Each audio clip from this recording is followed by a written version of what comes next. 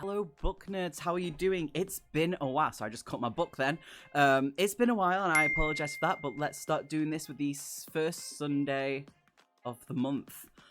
Before we go into the book review, I would like to talk about some little things. First thing is, me and Van, who does reviews on books and games as well, went to the Trafford Centre to Waterstones, and we were looking at the horror section, and I was umming and ahhing because nothing was really coming out at me that really caught my attention until one of the colleagues who worked there came up very shy and was like, "Do you like horror?" And I was like, "Yeah, I'm all for it."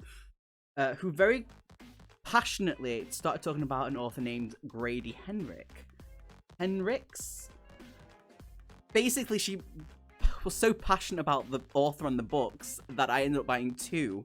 So I'm very excited to read these, to be honest, because they sound like my cup of tea. So fingers crossed with that. If they're good, and I will probably read them very, very soon. If they are good, I want to go back to Waterstones and find this colleague that works there and just let her know how much I appreciated that she was passionate about them and sold me the books, but also I want to see if she could recommend any more. So fingers crossed with that. Another thing is if you do remember my very first video of the booktuber tag, I talked about a series that first got me reading when I was probably around 9 years old, when I was a wee little shitling, known as The Night World by L.J. Smith. I know a lot of people know about this series because you can't really find it in bookstores anymore because it's so old. Showing my age. Well, I couldn't find the books with the original cover art because I love the cover art, especially Daughters of Darkness, where it had the bat and the rose bush and thorns kind of going along and kind of entrapping this bat. We managed to get hold of the collection of The Night World, so I'm very excited about this.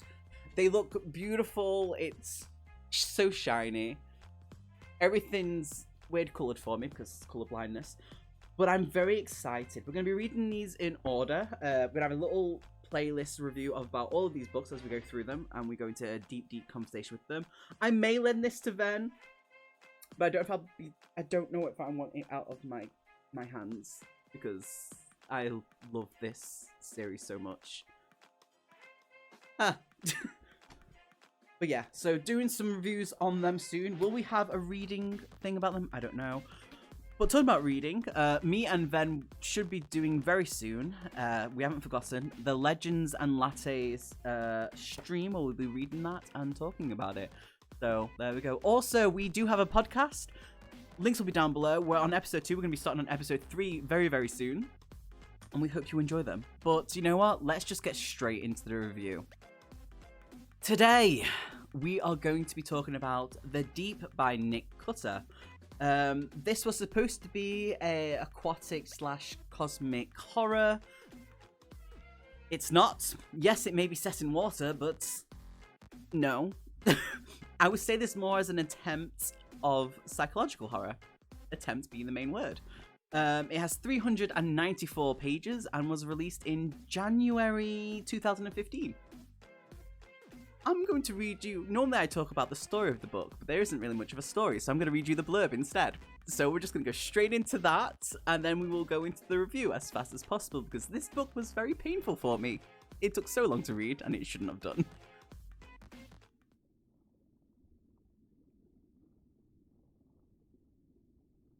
So the blurb says, a plague is destroying the world's population. The gets makes people forget.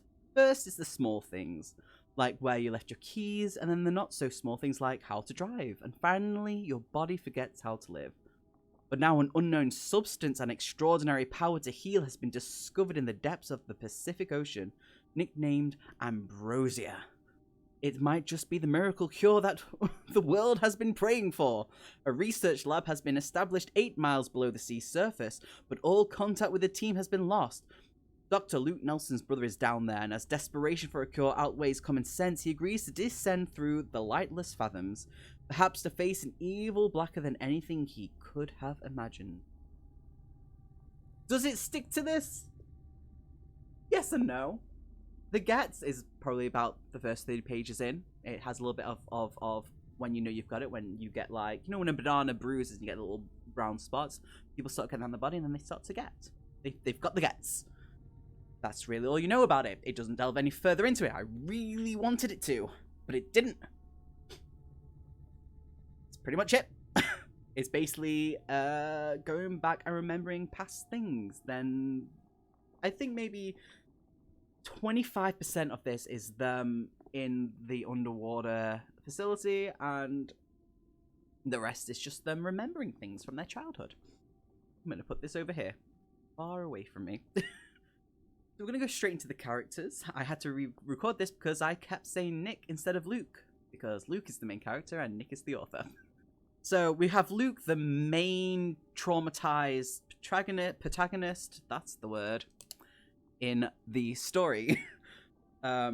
He's very whiny, but he does have a reason to be whiny because his life has been shit. His mother was very abusive mentally, words, and physically in some ways, and his child was kidnapped and was never found, and it destroyed his marriage.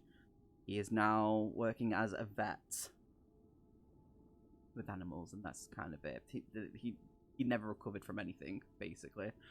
We have Clayton, the next character, who is Luke's older brother, who is basically a genius. He is the modern day smart guy. No, what's he called? We'll get back to that. But he's basically a genius. He's worked on cures for certain things. He's done amazing. He's also traumatized from the mother on many levels than Luke. But also, Clayton does have psychopath characteristics, tendencies, whatever you want to say. Now, they're cool little characters, but my main character that I actually liked, who isn't really a main character, was Alice Sykes, also known as Al, who is part of the army where Luke goes to go down to see his brother, or to get hold of him, because no one's been able to get hold of him for a while. They are pretty intelligent, but not to a point where they rub it in your face. They're very humble, and if they were an actual person, they would be a genuinely nice person. And I like their character. Her and Luke had chemistry for sure. Was there much time to delve into that? Nah. It was just, here's this really cool character that we actually kind of like. The end. And that's really it for characters. Story / plots. The story is supposed to be about the Gets, about them trying to find the cure for the Gets, and to see what's been going on in this research facility, as it is supposed to be a cosmic / aquatic horror. Yes, it is set 8 miles beneath the Pacific Ocean. That's really it. First 30 pages, you kind of learn a little bit about the Gets, not too much. You don't really get much information. You don't get how it started. You don't learn about how big this catastrophic event was. You don't know anything about it, pretty much. And that's something that it really annoyed me, because I want to know about this, you know? It tends to be psychological horror. It does make you feel, because they're like so far down below and they can't, communication is wobbly and broken because of certain things. Without going into spoilers, if you class them as spoilers, the isolation that the book does make you feel is very prominent. So kudos to that. But that's really it. The first 30 pages was about that. Then the next 30 pages was about them going down into the water. And then the rest is, if you could really think about it, was past journal entries and memories. And then the ending was really big disappointment, because it was shit. I don't know how I'm going to say. This is, I guess, okay, so, oh god, I can't break it. No, it's just the ending, the whole reading of the book. I forced myself to read through it, because I loved the troop so much that they did. It was beautiful. It was good. I genuinely, well, the characters annoyed me in that, but it was to a point where I was just like, okay, sweet. This one, me forcing myself to read this book to get to that ending was not worth it at all. I was really upset with this book. World building, you're 8 miles in the ocean. You have a little bit of a moment where it describes about how they're on the Luke is on this boat with a captain, as they have a moment kind of being like, hey, we're still here, we're gonna sort this out, hopefully this will bring us a cure to the Gets. And it's really cool, and it was very well described, and then you're just in this darkness and you're alone in the ocean in a place where the pressure is so much that you don't even know how this place is still standing, which was cool, but that's really it. There's not much else there. Re-readability. I'm not going to be reading this book again. I genuinely didn't like it. It was a waste of time for me. I really hated this book. Fun factor, there was some cool bits where it describes certain events, which I have to admit, like mental stimulation wise, was kind of cool. But not worth nearly 400 pages of my life. I'm dissing this book so hard, and I feel so bad. Rating wise, 2 stars. I liked some of the characters.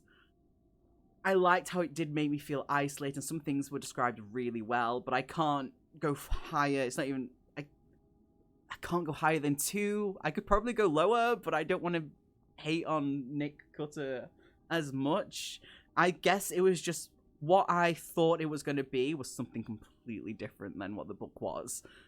I really wish it was something else, something so different. It took me so long to force. It took me a good few weeks to read that book.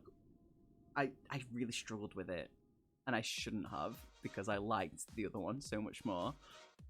But it is what it is. But yeah, hopefully you enjoyed this little review. Next review will be up in 2 weeks, just so you know. So we are working at getting ourselves back on track. I appreciate you all taking the time to watch this. You're all awesome and amazing. Let me know what you think. Let me know if there's any book recommendations that you would like me to read at all, and I will go and have a look and gander at them. Much love, stay awesome, and make good decisions and choices. Peace out, my bitches. Of all the boys I've known, and I've known some, until I first met you I was lonesome, and when you came inside, dear, my heart grew light and this whole world